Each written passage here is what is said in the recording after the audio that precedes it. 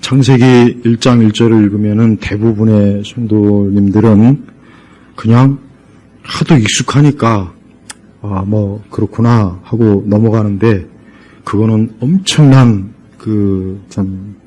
오류예요. 그렇게 하면은 큰일 납니다. 창세기 1장 1절을 만약에 우리가 제대로 이해하지 못하거나 이 말씀을 만약에 믿지 않거나 이 말씀의 의미가 무엇인지를 그릇되게 안다면 그거는 기독교 자체를 아예 그냥 싹 무너뜨리는 거나 똑같아요. 중요한 문명 사회에 관한 책이 있어요. 세 종류 책이 있어요. 하나는 제레미 다이아몬드스가 쓴 총균세라는 책, 아주 유명한 문명에 관한, 인류 문명에 관한 책이고, 또 하나는 유발 하라리, 그 사람 이스라엘 사람이죠. 그 사람 한국에 왔을 때 동성애자 애인을 데리고 왔어요. 그 사람이 쓴 사피엔스란 책, 그 책 굉장히 열풍이었죠. 그 다음에 그 두 책보다 훨씬 더 많은 영향을 오래전에 끼친 책이 코스모스, 칼 세이건이 쓴 코스모스예요.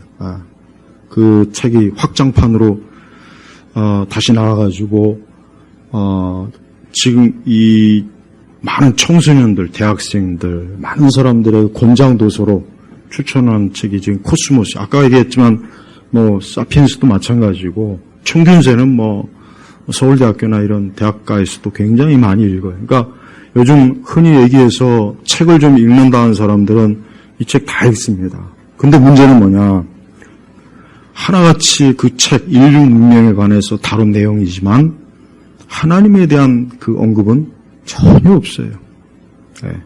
전부가 다 진화론적인, 이 세상과 우주는 어떤 우연에 의해서 아주 먼 과거로부터 생겨난 그러한, 거기서부터 우리 인간의 문제, 인류의 문명을 하나하나 풀어나가요. 그 중에 이제 이 코스모스라고 하는 이 책은, 이게 1980년도에 이제 영화로 제작돼가지고 15부인가 제작돼가지고 굉장히 잘 만들었습니다. 정말 잘 만들었어요. 한 2억 5천이 그걸 시청했다니까, 그 당시에만 해도. 지금도 이 코스모스 책 읽어보면은 내용이 좀 두껍긴 해요. 전반적으로 칼 세이건은 이 우주의 형성과 이 우리가 살고 있는 이 문명, 이 은하 문명, 이 지구는 전적으로 자연주의적인, 쉽게 얘기하면은 우리는 방금 태초에 하나님께서 하늘과 땅을 창조하셨다 그랬죠? 그 사람은 천만에, 그건 웃기는 소리다. 그거는 말도 안 되는 옛날 이제 신화적인 사고방식이다. 이렇게 얘기하는 사람. 책 내용 전반적으로 보면은 철저하게 우주가 형성이 되고 지구가 형성이 되고 인류가 오늘날까지 여기까지 오고 또 앞으로 계속해서 우주를 개척해 나가는 데 있어서 인간은 자기의 지혜와 지식과 기술을 의지해야지. 그 책에는 노골적으로는 나와 있지 않지만 결국은 기독교를 은연중에 부정하는, 성경과 우리 유대 기독교적인 그 사고방식을 철저히 부정할, 그러니까 아주 그 책을 제대로만 이해하면은 절대 기독교를 받아들이질 않아요. 받아들일 수가 없어요. 그래서 오히려 그 책에 설득이 되면은 오히려 기독교 신앙과 성경에 대해서 아주 참 우습게 여기고 우리 기독교와 교회를 아주 미신. 그래서 그가 쓴 책 중에 하나가 악령이 출몰하는 그 세상이라는 책도 하나 있어요. 그 사람이 생각하는 미신과 악령은 우리 같이 이 창세기 1장 1절을 믿는 사람이 바로 미신, 원신, 미혹된 자예요. 미혹된 자예요. 미혹된 자. 근데 그런 책들이 얼마나 많이 지금 영향을 미치는지 몰라요. 그러니까 왜 이 세상이 이렇게 기독교에 대해서 사람들이 반감, 또 기독교를 폄하하는 이유가 뭐냐면 다 이런 이 세속적 지식인들이 쓴 이런 책들의 내용, 그러니까 우주, 문명, 인간의 본질을 설명할 때 전부 다 뭡니까? 인본주의. 하나님을 부정하는 거예요. 하나님이 무슨 세상을, 하나님이 어딨냐? 하나님이 어딨냐, 이거. 아무리 별과 달을 뒤져봐도 하나님이 없다. 결국은 칼 세이건은 그렇게 주장하는 사람이에요. 근데 한 가지 신기한 것은 여러분 나사에서 우주 비행사들이 우주를 한번 갔다 오면은 딱 두 종류로 나눠진대요. 하나는 철저하게 신을 믿는 사람, 물론 그 신은 하나님일 수도 있지만 어쨌든 신의 존재를 인정하게 돼요. 그래서 많은 그 나사의 우주 비행사들이 어떤 무신론적인 생각은 거의 다 버린답니다. 그다음에 이제 또 하나는 어떤 그 신비주의적인 명상 이런 걸 쫓는 사람들이에요. 그러니까 우주 비행사들이 의외로 우주를 한번 갔다 오고 나면은 그 우주를 막상 접하고 나니까 그 달을 인류 최초로 발을 디뎠던 그 사람들도 전부 다 기독교 신앙, 또 일부는 또 다른 방향으로 다 갔어요. 그 왜 그랬습니까? 자기들의 그 눈으로 막상 우주를 접해보니까 인간이 어떻게 이걸 이해할 수 있느냐. 아무리 우주과학이 뛰어나도 그동안 자기들이 배워왔던 그런 진화론적인 사고나 이런 것은 말도 안 된다는 것을 그냥 알게 되는 거예요. 그래서 여러분, 우리가 이 창세기 1장 1절은 굉장히 중요한 겁니다. 이 창세기 1장 1절에 여기 복음이 들어가 있는 것이고 여기에 나 자신의 모든 생명과 근원, 기원이 여기에 다 있는 거예요. 우리 성도들은 누가 우리의 신앙을, 즉 우리가 누군가에게 사람은 하나님이 창조하셨다. 사람은 하나님께서 흙으로 창조했다. 그렇게 얘기하면 대부분이 아마 비웃거나 조롱하거나 아직도 그런 고대 신화를 믿고 있느냐. 그렇게 비웃는다고 해도 조금 더 흔들리면 안 돼. 오히려 그들이 더 사실은 어리석은 거예요. 오히려 그들이 더 미련한 것이고 그들이 더 참 본질을 모르는 거예요. 그래서 로마서 1장에도 그런 하나님을 부정하고 하나님에 대해 존재를 무시하고 인간이 자기 죄성대로 살아갈 때 얼마나 비참한지, 얼마나 많은 어리석은 것들이 일어난지를 로마서 1장에도 잘 나와 있단 말이에요. 그래서 우리는 태초에 하나님께서 하늘과 땅을 창조하셨다 했을 때 이 말씀을 그대로 우리가 믿어야 돼요. 여기서 하늘과 땅이라고 하는 건 뭐겠습니까? 물리적인 거예요. 말 그대로 우리가 보고 있는 이 자연, 이 지구, 그다음에 하늘의 별, 태양, 우리가 우주를 보면은 수많은 별들이 있죠. 수많은 존재가 있죠. 바로 뭡니까? 누가 창조했습니까? 여기서 창조라고 하는 것은 뭡니까? 하나님은 다른 어떤 근원적인 어떤 재료를 이용해서 만든 게 아니에요. 그러니까 하나님은 말씀으로 이 세상을 창조한 거예요. 그래서 요한복음 1장에도 그 창조에 누가 계십니까? 예수 그리스도. 그분이 계시네. 그러니까 우리는 예수님이 창조주 하나님이시에요.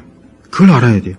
예수님이 우리의 구원자 되신다 하는 믿음을 그것만으로 예수님을 믿는 게 아닙니다. 예수님이 바로 뭡니까? 이 하늘과 땅을 창조하신 분이 창조하신 분. 그래서 특별히 우리는 우리 아이들에게, 우리 자녀들에게 이제 하나님께서 이 세상을 창조했다는 것을 아주 명확하게 가르쳐야 돼요. 그러나 앞으로 이제 세대는 AI가 이 세상을 창조했다고 그렇게 아마 믿을 거예요. 앞으로 태어나는 세대들은 아마 그럴 가능성이 상당히 높아요. 이제는 사람에게 교육받는 것이 아니라 기계가 사람을 교육해서 그런 교육을 받고 난 세대들은 이제는 이런 AI나 이런 인공지능 그런 존재들이 마치 하나님인 양, 자기들의 주인인 양, 자기들을 만들고 창조한 양 그렇게 볼 거란 말이에요. 그러니까 여러분 점점 더 보십시오. 세상이 어떻게 합니까? 하나님을 부정하는, 여러분 이 세상은 단 한 번도 하나님을 인정한 적이 없어요. 모든 면에서 하나님을 부정해요. 왜 그렇게 많은 과학자들과 많은 이 땅의 역사학자들 또 인류학자들 왜 그렇게 세상에 많은 지성인들이 왜 창세기의 내용을 하나같이 다 그렇게 부정하는 이유가 도대체 뭐겠습니까? 왜 그렇습니까? 그것은 뭐예요? 그것은 하나님이 세상을 창조하고 하나님에 의해서 인간의 존재가 만들어졌다는 게 싫은 거예요. 싫은 거예요. 그냥 이유가 없어요. 싫은 거예요. 그건 마치 뭡니까? 우리가 사람이 얼마나 징이 높고 재능이 있고, 여러분 진화론자들이 말하는 그 인류의 기원이나 탄생을 보면은 난 그거야말로 정말 말도 안 된다고 생각해. 그거야말로 너무나 웃기는 일이고 그거야말로 미신 아닙니까? 그런데 그걸 믿는 사람들이 지성이고 똑똑한 거고 우리같이 살아계신 하나님을 믿는 이게 오히려 미신이라고 그렇게 얘기하는 사람들이 바로 누구예요? 이 칼 세이건도 그렇고 유발 하라리 같은 이런 사람들이에요. 그러니까 우리 성도들이 바로 그러한 지식이 우리가 살고 있는 이 학교, 우리가 살고 있는 세상의 기반이 되는 거예요. 그래서 여러분, 우리 그리스도인들은 어딜 갔든지 환영받기 어려운 이유가 뭐냐? 바로 그겁니다. 창조주 하나님을 믿는 우리의 믿음이 그들에게는 불쾌하고 기분 나쁘고 받아들이기 어려운 겁니다. 하지만 여러분, 사람이란 존재를 조금만 살펴봐도 사람이 우연에 의해서 아니면 어떤 단세포나 어떤 극히할 수 없는 어떤 진화론적인 어떤 작은 씨앗에서부터 인간이 지금까지 발전했다는 것은 그것은 아무리 배운 게 없고 아무리 일자무식이라도 그 사람을 조금만 관찰해봐도 그거는 맞지 않는 거예요. 여러분이 한번 동물원이나 이런 데 가서 동물을 보십시오. 뭐든지 보십시오. 그게 호랑이든 사자든 원숭이든 뭐든 한번 보십시오.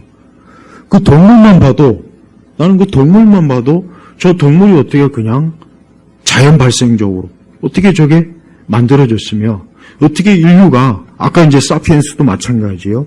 이 사피엔스도 뭡니까? 초기에 아주 초기부터 시작해가지고 어느 순간에 현생 우리 인간의 조상이 사피엔스라는 거예요. 계통이 갈라졌다는 거예요. 근데 그것을 증명할 길이 없어요. 물론 저들이 나름대로 진화론적인 기반을 가지고 열심히 설명하지만 그것도 어디까지나 추측일 뿐이지 그것도 하나의 가설일 뿐이지 저들이 직접 보고 들은 것은 하나도 없단 말이에요. 바로 여기에서 우리가 알아야 될 것은 성경에 뭐라 그럽니까? 사람은 하나님의 형상대로 창조되었다 그랬어요.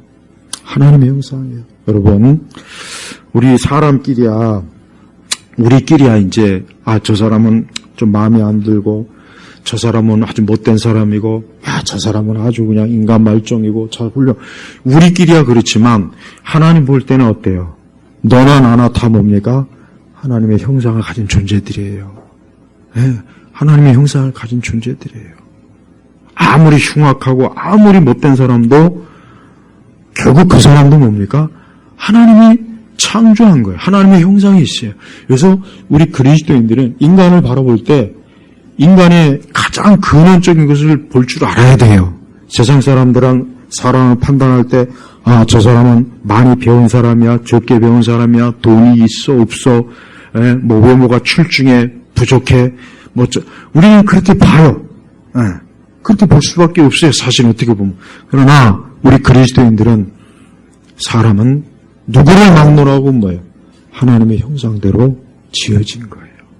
아무리 악당이라도 아무리 인간 말종이라도 아무리 흉측하게 생긴 사람도 하나님의 형상으로 만들어졌다는 것을 염두에 두고 그러한 진리의 말씀대로 본다면 좀 다르게 보입니다. 다를 수밖에 없어요.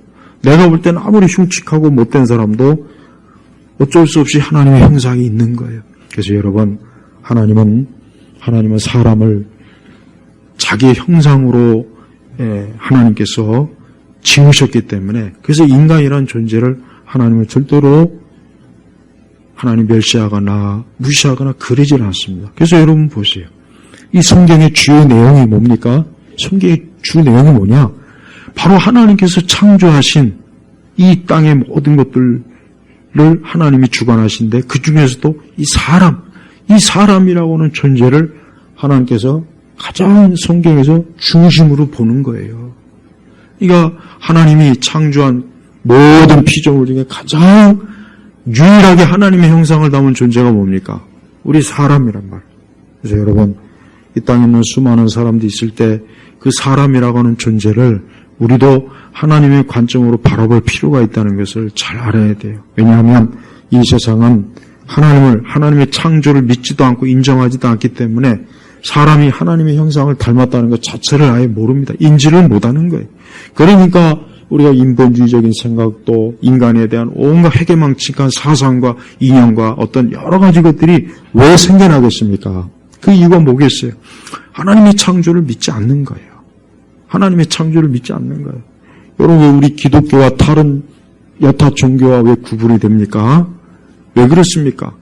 다른 세상의 어떤 종교도 인간이 창조주 인격적 존재가 되신 그 존재하시는 하나님이 창조했다는 것을 말하는 종교가 없습니다.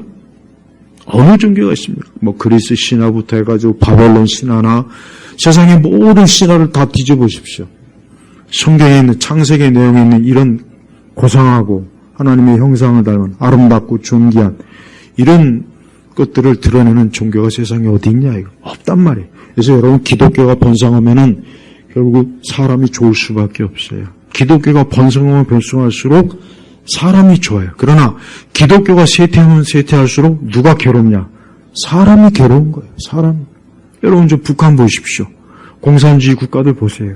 왜 저럽니까? 근본적으로 하나님의 존재를 인정하지 않으니까 인간을 그냥 마구잡이로 죽이든지 뭐 삭살하든지 인간을 그냥 물건 취급해도 그들은 그걸 전혀 어때요? 전혀 문제 삼지 않아요. 그러나 기독교가 번성하면 번성할수록 결국은 뭐예요? 사람. 저는 뭐 동물을 저는 이렇게 키우는 사람들을 뭐 비박하거나 욕하지는 않습니다. 뭐 자기가 좋아하는 동물을 키우는 거야. 뭐 뱀을 키우던 뭐 돼지를 집안에다 키우던 뭐 그런 걸 욕하고 싶지는 않아요. 근데 한 가지 중요한 게 뭐냐면 아까도 제가 이제 잠깐 텔레비전 얘기했는데 유난히 또 많은 프로들이 뭐냐면 그런 동물을 키우는 그 프로그램들이 유난히 많더라고요. 그래서 뭐 강아지, 개, 뭐 강아지를 개, 동물을 구조하고 뭐 그런 게 많아요.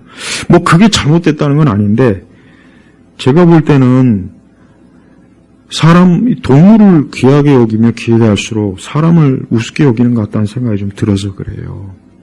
그들은 근데 아니라고 하는데 난 절대 그런 생각이 안 들어요. 오히려 동물을 귀하게 여기는 사람들이 사람을 좀 더 못하게 대한다는 생각이 제가 문득문득 많이 듭니다. 우리 시대 보십시오. 우리 시대. 우리 시대가 뭐 동물, 여러분 영화나 드라마에서 사람 죽이는 거는 나와도 동물 죽이는 거 나오는 거 봤습니까? 사람 총칼로 잔인하게 난도질해서 죽이는 거 봤어도 동물 죽이는 장면 봤어요? 안 나옵니다. 그거 나왔다가 난리 나요. 동물 보호단체들이 들고 일어나서 그거 큰 뒤집어집니다. 그거. 그 작가, 드라마, 뭐 배우들 아주 뭐 인간 말종 취급받아요. 근데 여러분 사람이 죽는 장면은 왜 이렇게 많이 나오죠? 여러분 요즘 드라마 보십시오. 저도 거기서 드라마 봤는데 아주 잔혹하고 잔인하게 막 사람들 그런데도 그거 가지고 들고 일어나는 단체가 있어요? 없어요.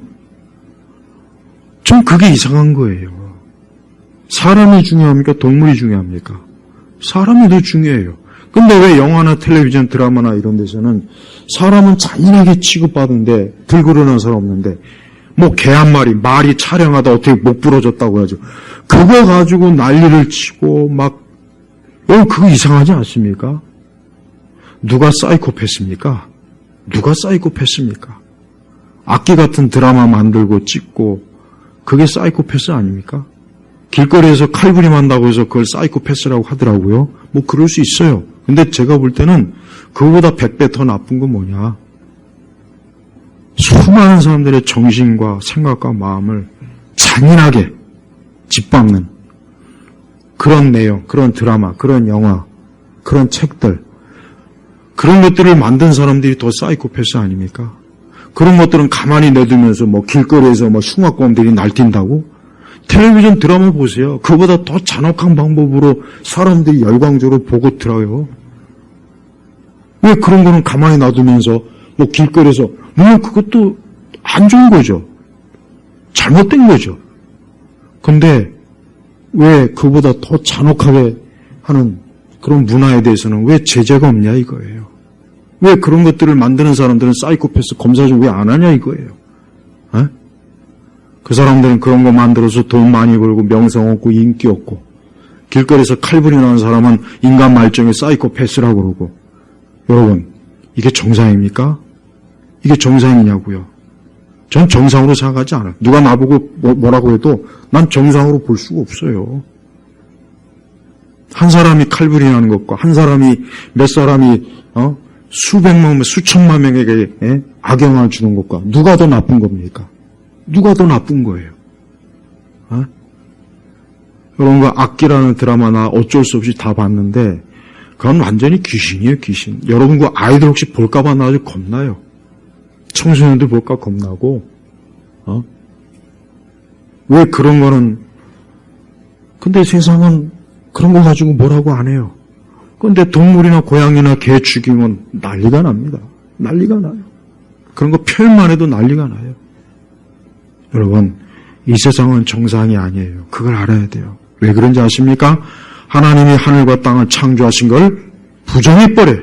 안 믿어요. 안 믿는 거예요. 안 믿는 거예요. 그걸 안 믿으니까 그러면 사람에게 좋으냐? 천만에 좋을 거 하나도 없는 거예요. 하나님이 하늘과 땅을 창조했다는 것은 뭐 칼 세이건이든 제레미 다이아몬드건 유발 하라리건 아무리 뛰어난 이런 학자들이 부정해봐야 소용이 없습니다. 왜? 하나님께서 명백하게 하늘과 땅을 창조했다는 이 말씀은 영원히 흔들림 없을 거란 얘기예요. 저는 우리 성도들이 여러분 자신을 거울로 비춰봤을 때 물론 우리 자신이 죄성이 많고 어리석고 미련합니다. 우리는 부족합니다. 우리는 다 참 모든 면에서 그래요. 그러나 한 가지, 우리는 하나님의 형상을 담고 있는 거예요. 더군다나 우리가 예수 그리스도로 인해서 새 사람이 되었고 하나님의 자녀가 되었다면 그 사람은 가장 영광스러운 신분에 있다는 것을 여러분 잊지 마십시오. 아까도 얘기했죠. 뭐 일론 머스크니 이 땅의 유명인사들, 글쎄요. 하나님은 그런 사람들을 전혀 대단하게 보질 않아요. 하나님이 가장 존귀하게 보시는 사람은 누구입니까? 성도예요. 그리스도인이에요. 그 사람이 똑똑하지 않아도 돈을 벌지 못해도 그 사람이 혹 이 세상에서 천대를 받아도 그 사람은 하나님 앞에서는 가장 존귀한 거예요. 그래서 예수님의 복음서에 보면 나와 있잖아요. 부자와 거지 나사로의 비유를 보십시오. 보세요. 하나님은 거기서 부자를 조금이라도 하나님께서 부자를 아껴주는 걸 봤습니까? 아니죠. 오히려 거지 나사로가 아브라함의 품에 안겼어요. 주의 품에 안겼다는 얘기예요. 대신 부자는 영원한 지옥에서 형벌을 받고 고통을 받아요. 보세요. 그게 하나님이 보시는 거예요. 이 세상은 그렇잖아요. 이 세상은 반대죠. 이 세상은 반대. 우리는 하나님께서 하늘과 땅을 창조했던 이 말씀이 성경 전반적으로 다 나옵니다. 그러니까 창세기 1장 1절이 결국 성경 전체에서 계시록 끝까지 다 흘러요. 그러니까 창조주 하나님에 대해서 성경은 엄청나게 강조하는. 왜? 이게 가장 중요한 거기 때문에. 그래서 우리 기독교 신앙도, 우리의 복음적 신앙도 창조주 하나님을 믿는 신앙이 없다면 그 신앙은 신앙이 아니라는 것을 여러분 알아야 돼요. 만약에 하나님이 세상을 창조하지 않았다면 그럼 우리도 역시 하나님이 창조하지 않았을 것이고 결국은 예수님도 그 존재가 그냥 하나의 신화의 전설일 뿐일 것이고 모든 게 다 무너지는 거예요. 그래서 여러분 이 세상의 세속 학자들이 왜 그렇게 성경에 특별히 창세기의 내용을 왜 철저하게 부정하느냐? 바로 뭡니까? 창조주 하나님이 인정하게 되어버리면 자기들의 모든 학식과 지식이 다 무너지니까 그러는 거예요. 이거 하나 때문에 무너지는 거예요. 우리 예수님께서 이 땅에 오셨을 때 그분은 그 창조주로서의 그 권능을 유감없이 발휘하셨어요. 그래서 병든 자도 치유하고 이적도 일으키고 기적도 일으키고 그 뭘 드러내는 겁니까? 창조주이시기 때문에 그러는 거예요. 창조주. 그분이 세상을 창조하지 않았으면 어떻게 이 땅의 물리 법칙을 마음껏 그거를 무시하고 어떻게 그렇게 이적과 기적을 행할 수가 있겠어요? 절대 못하죠. 예수님은 마술사가 아니에요. 예수님은 눈속임을 하거나 어떤 이런저런 트릭을 써가면서 막 사람들을 속인 분이 아닙니다. 그분은 뭡니까? 진짜. 그분은 창조주예요. 우리 사람의 몸을 만드셨어요. 사람의 생명을 잡고 계신 분이에요. 그래서 그분은 무엇이든지 다 할 수 있는 거예요. 사람이 죽음에서도 일어날 수 있고 병을 고칠 수도 있고 무리를 걸을 수도 있고 보세요. 그분 자신이 그 모든 것들을 드러내 주셨잖아요. 그게 뭡니까? 창조주 하나님이라는 것을 보여주신 거예요. 우리에게. 그래서 우리 성도들은 잊지 말아야 할 게 뭡니까? 이 세상에 아무리 불신자들 또 아무리 무신론자들 또 성경을 모르고 하나님을 비웃고 조롱한다 할지라도 그들의 그러한 어리석은 그릇된 생각과 마음과 태도는 하나님 앞에서는 그저 한낱 지푸라기 같은 아무것도 아닌 존재라는 것을 드러내는 것뿐입니다. 그래서 하나님은 이 성경 제월 계시의 이 말씀 중에 제일 첫 번째 말씀이 태초에 하나님께서 하늘과 땅을 창조하셨다 하는 거예요. 이 얼마나 이게 놀라운 말씀입니다. 우리 성도들은 그래서 이 말씀을 유심히 잘 봐야 돼요. 태초, 즉 모든 시작의 근원이 누구시냐? 하나님이다. 이거 하나님. 그래서 그 하나님을 사랑하고 그 하나님을 예배하고 그 하나님을 의지하고 하나님을 신뢰하고 하나님과 함께하는 그 사람은 어때요? 바로 창조주 하나님과 함께하는 것이기 때문에 우리는 그 하나님으로 있어서 그 하나님으로 인해서 우리가 이 인생을 이 땅에서도 살아가고 또 장차 영원한 천국에서 우리가 영원한 영생을 누리면서 우리가 인생을 사는 겁니다. 하나님께서는 창세기 1장부터 해가지고 2장, 3장 보면은 결국은 뭡니까? 하나님께서 창조한 것들을 일목요연하게 하나하나 다 하나님의 기록에 놓으셨어요. 그 중에서도 최고는 뭡니까? 아담을 창조한 거예요. 하와를 창조한 거예요. 다른 피조물도 귀하긴 한데 유일하게 하나님의 형상을 닮은 이 사람을 창조함으로 말미암아 하나님의 그 모든 피조물 중에 가장 영광스럽고 존귀한 위치를 차지할 수 있도록 하나님께서 높여주신 거예요. 높여주신 거예요. 근데 하나님 그렇게 높여주셨는데도 불구하고 어때요? 사람이 하나님을 떠나고 등지니까 그 사람이 가장 밑바닥으로 추락한 거예요. 그래서 여러분, 그래서 우리가 지금 살고 있는 세상을 보십시오. 사람들이 그렇게 많은 것으로, 인간이 그렇게 많은 것으로 꾸미고, 멋을 내고, 기술을 발휘하고, 문명을 했는데, 그렇지만 사람은 어때요? 달라진 게 없어요. 여전히 병들고, 여전히 또 죽음이 있고, 또 여전히 인간은 자기 앞날을 모르고, 여전히 인간은 미약해요. 연약해요. 보잘것없는 거예요. 우리는 그걸 봤을 때 뭡니까? 우리는 피조물일 수밖에 없다 이거예요. 우리는 하나님을 바라볼 수밖에 없는 거예요. 하나님을 의지할 수밖에 없는 거예요. 그래서 그 하나님에게 소망을 두고 그 하나님에게 자신의 모든 것들을 기대면서 사는 게 그게 바로 우리 그리스도인이에요. 여러분, 하나님 믿는 것만큼 좋은 게 없어요. 저는 하나님 믿지 않는 사람하고 수개월을 같이 지내봤어요. 하나님 믿지 않는 사람을 지내보니까 그 불신자들은 진짜 말 그대로 소망이 없어요. 없어요. 그냥 가지고 있는 소망이라는 거야. 그저 이 땅에서 그저 돈 버는 거, 사업하는 거.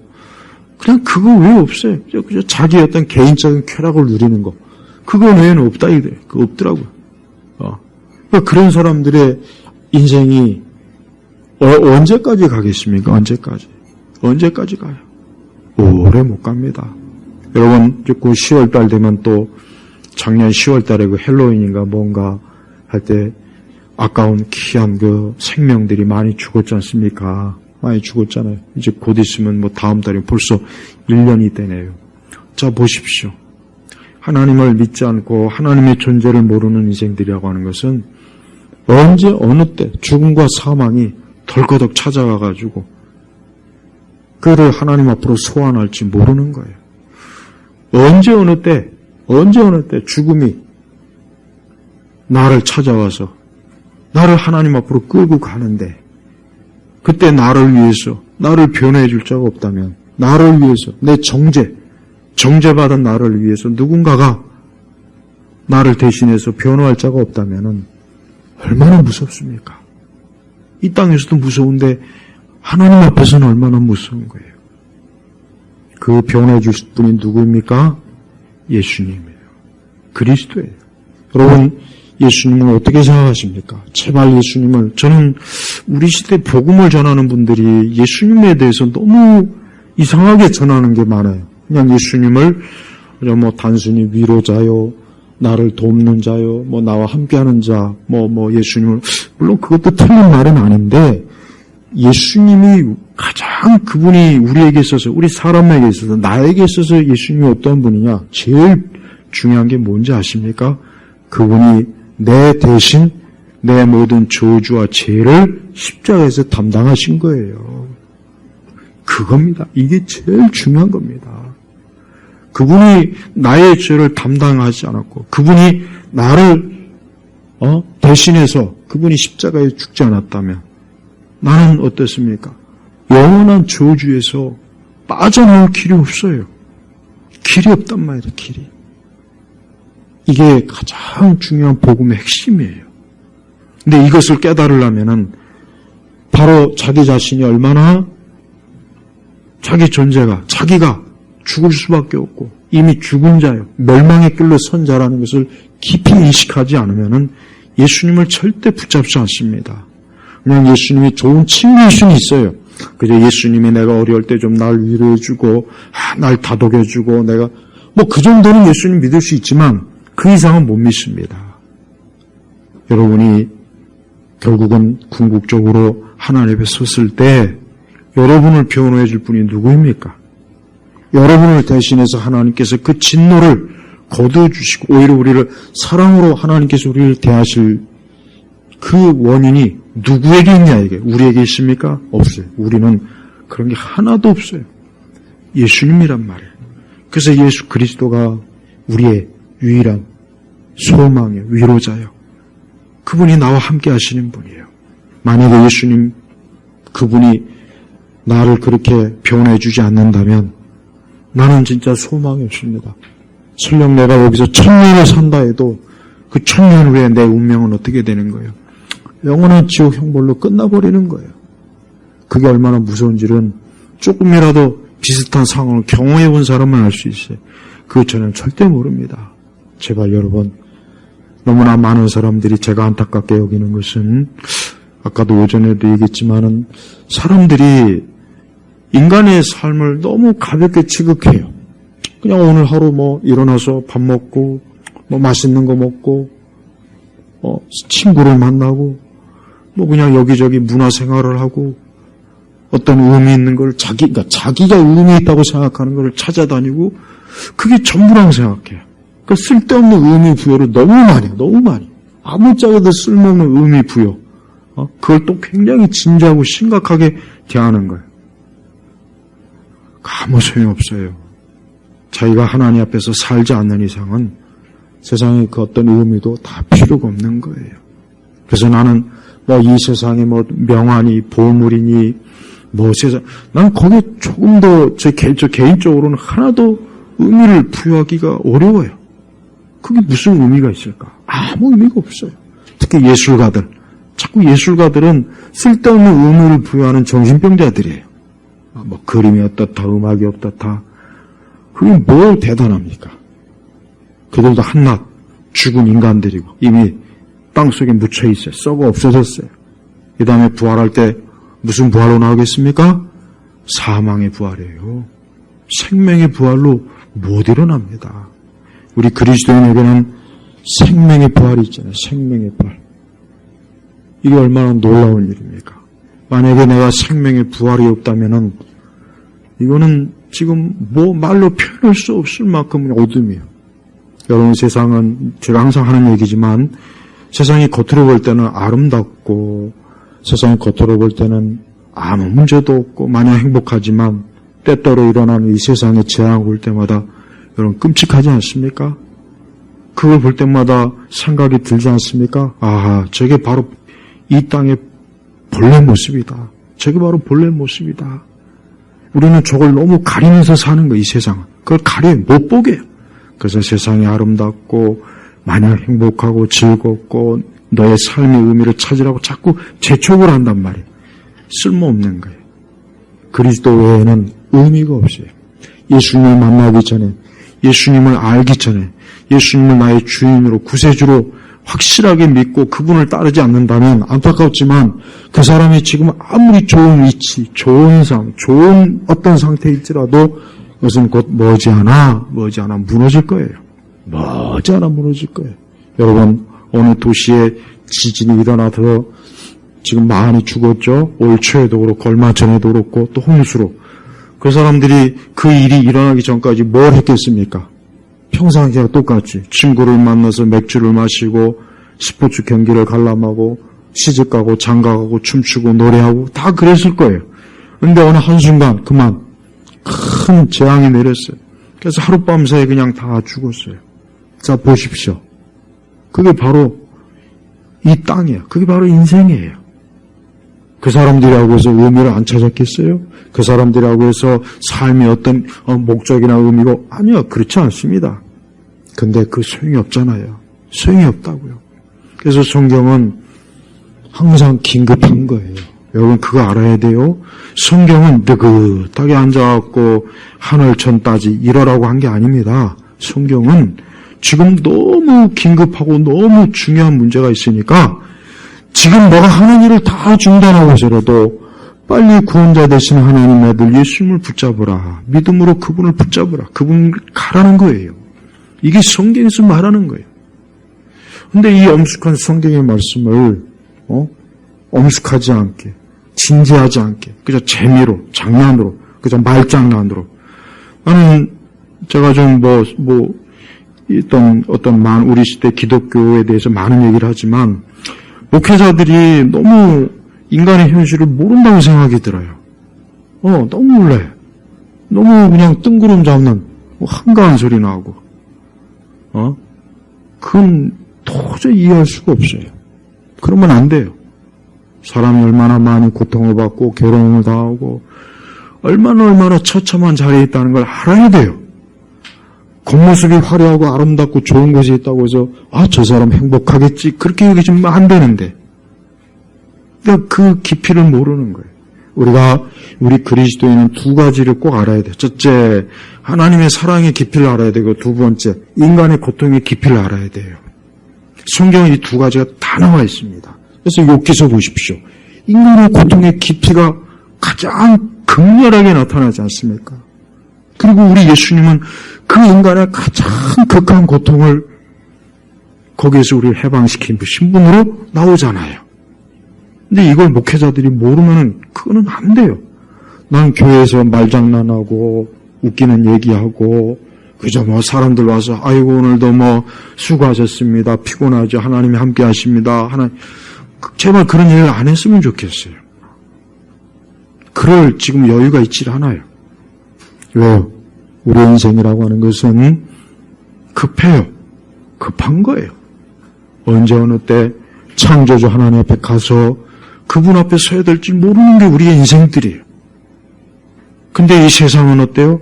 그런 인생들이 절대 그렇게 진지하게 살지 못하게 하려고 모든 삶을 오락, 연애, 방송 보면 다 연애, 야구를 해도 축구를 해도 음식을 먹어도 다 그냥 놀고 먹는 거. 난 그런 프로그램 하도 많이 봐가지고 저렇게 인생을 저렇게 살다가 죽음의 그림자, 사망의 그림자가 왔을 때는 어떻게 할까? 저 사람들. 그 무서운 그 사망의 문 앞에 도달하면 어떻게 할까? 심히 우려가 돼요. 제발 여러분, 그런데 조금이라도 눈길을 주면 안 돼요. 제발 주지 마요. 근데 그런데 눈길을 줘요. 우리 젊은 청년들, 제발 K-팝이니 뭐니, 그런데 제발 좀 귀를 기울이지 마요. 그거는 가장 젊은 우리 그 인생들을 가장 극하게 미혹하는 거예요. 눈을 가리는 거예요. 언제까지 이렇게 춤추고 노래 부를 수 있을 것 같아요? 내가 볼 땐 나이 30만 돼도 힘들어요. 30대 중반 40대 가면 삶의 무게 때문에 춤추고 즐길 여유가 없어요. 그리고 더 나이 먹으면 이제 요단강이 앞에서 막 물결이 막 요단강에 있는 물고기들이 빨리 오라고 지금 손짓합니다. 우리가 그걸 알아야 돼요. 성경은 절대 여유 있는 내용이 없습니다. 성경은 한가하게 노닥거리면서 그저 인생이니까 그저 천천히 놀며 여름 느림의 미학이니 뭐니 그런 헛소리를 한 게 아니라고요. 급해요. 너 빨리 급하니까 여기서 잠깐 멈추어서 이 경고의 소리를 듣고 이걸 받아들여라. 이게 성경에서 말하는 건데 이런 말을 제때 듣는 사람이 있는가 하면 거의 대부분은 주님 말씀처럼 그저 넓은 길로 가다가 다 멸망의 길로 빠지는 거예요. 그러니까 예수님 믿고 구원받을 이를 나이는 없어요. 뱃속에서부터 그냥 복음을 전해야 돼. 아이를 가지신 분들은 뱃속에 있는 아기 때부터 복음을 전해야 돼. 태어나자마자 복음을 전해야 되고 예수님 증거해야 되고 인간이 얼마나 삶과 죽음 사이에서 항상 하루하루를 그 순간순간을 지낸다는 걸 알아야 된다고요. 우리 성도들은 그런 면에서 진짜 성도라면 걱정할 건 없어요. 이제 걱정할 건 없어요. 여러분, 우리 앞에는 영광스러운 하나님이 처음 창조한 이 창조보다 비교할 수 없는 영광스러운 영생의 자리가 우리에게 있잖아요. 그러니까 성도들은 행복한 사람입니다. 바로 그런 면에서 성도들이 행복하다는 거예요. 이 땅에서 많은 축복을 받고 잘되고 만사 형통에 대해서 행복하다는 게 아니에요. 그런 건 교회에서 가르치면 안 된다고. 근거가 없는 거니까. 저는 우리 교우들이 제가 가장 마음에 우려한 건 그거였어요. 우리 교우들 중에 단 한 사람도 그리스도와 상관없는 사람이 없어야 하는데 만약에 그런 사람이 있다면 그는 나의 책임이고 그 피가 내 머리로 덜할 것 같은데 그게 가장 우려가 됐습니다. 저는 여기 있는 분들이 제발 예수 그리스도를 믿고 그분과 함께하는 것을 인생의 낙이요 즐거움으로 삼았으면 좋겠어요. 더 빨리 지금보다 훨씬 더 지극정성으로 우리 주님 사랑하는 그래서 내가 복음을 받아들였는지 안 받아들였는지 딱 한 가지 기준이 있어요. 무슨 에드워즈나 제가 잠깐 있는 동안 많은 위대한 신학자들의 어떤 교리 논문 책들을 다시 한번 쭉 봤는데 그러니까 그걸 보니까 더더욱이나 참 우리 시대 기독교가 정말 이거 정말 너무 심각하구나. 영혼들을 가지고 장난하는구나. 복음을 받아들인 사람이 복음을 받아들였느냐 안 받아들였느냐의 기준이 뭐냐 딱 한 가지입니다. 그가 그리스도를 즐거워하고 기뻐하면 그 사람은 복음을 받아들인 거예요. 그러나 그리스도를 기뻐하지 않고 즐거워하지 않으면 복음을 받아들이지 않은 겁니다. 아무리 장로교 교리가 어쩌고 저쩌고 무슨 신족 암만 떠들어봐야 소용없습니다. 그거 한다고 내가 언젠가 또 이제 신조 우상주의, 교리 우상주의에 대해서 한번 강의를 하겠지만은 천만에요. 그리스도를 기뻐하고 사랑하는 사람은 그 사람은 구원받은 사람이고 예수님과 함께하는 사람이지만 그리스도를 기뻐하고 사랑하지 않는 사람은 그 사람은 아직 그리스도하고는 전혀 관계가 없는 사람이에요. 이게 내가 복음이 있느냐 없느냐 알 수 있는 유일한 이게 바로 모든 위대한 우리 앞서 있는 신앙인들이 이 결론이에요. 이게 결론이야 딱.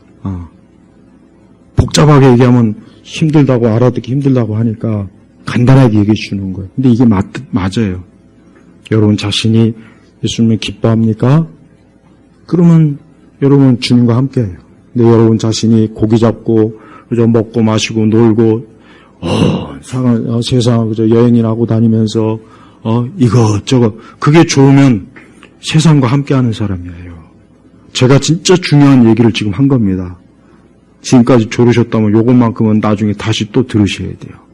그리스도를 즐거워하고 기뻐하는 사람, 구원받은 사람이고 그거 대신 다른 게 즐겁고 기쁘고 다른 거에 의미를 찾는 사람은 그리스도하고는 아직은 상관이 없어요. 여기에 와 있어도 성경을 다 외워도 모든 신조를 달달 외우고 장로교 어쩌고 구학파고 신학파고 그거 다 알아도 소용없습니다. 그러니까 제발 저는 우리 성도들이 예수님을 사랑하고 그리스도를 사랑하는 사람으로서 이 땅에 살다가 그 엄청난 영광스러운 천국에 들어가길 주의 이름으로 축복합니다. 기도하겠습니다. 하나님 아버지 감사합니다. 하나님이 창조한 이 세상을 이 사람들이 얼마나 난장판으로 만들고 죄악의 진흙 구렁텅이로 만들고 있습니다. 우리는 그 가운데서 오늘 이 하나님의 집에 와서 예배를 드리게 하시니 감사합니다. 그러나 이 모든 건 하나님의 은혜이지 우리 스스로의 지혜와 능력으로 온 것이 아니오니 겸손한 마음으로 하나님 앞에 감사하고 주님의 사랑을 품는 우리 예일교회 교인들이 되게 하소서. 우리 예일교회를 복되게 하나님이 축복해 주시고 비어있는 자리를 풍성하게 채워주셔서 여호와의 즐거운 동상과 같이 주님이 만들어 주시기를 또한 간절히 기도합니다. 우리 성도들 한 사람 한 사람 한 주간도 축복해 주시고 발걸음을 인도해 주시고 하나님이 함께 하시는 그러한 에녹과 같은 인생을 살 수 있도록 역사하여 주옵소서. 예수 그리스도 이름으로 기도 올렸습니다. 아멘.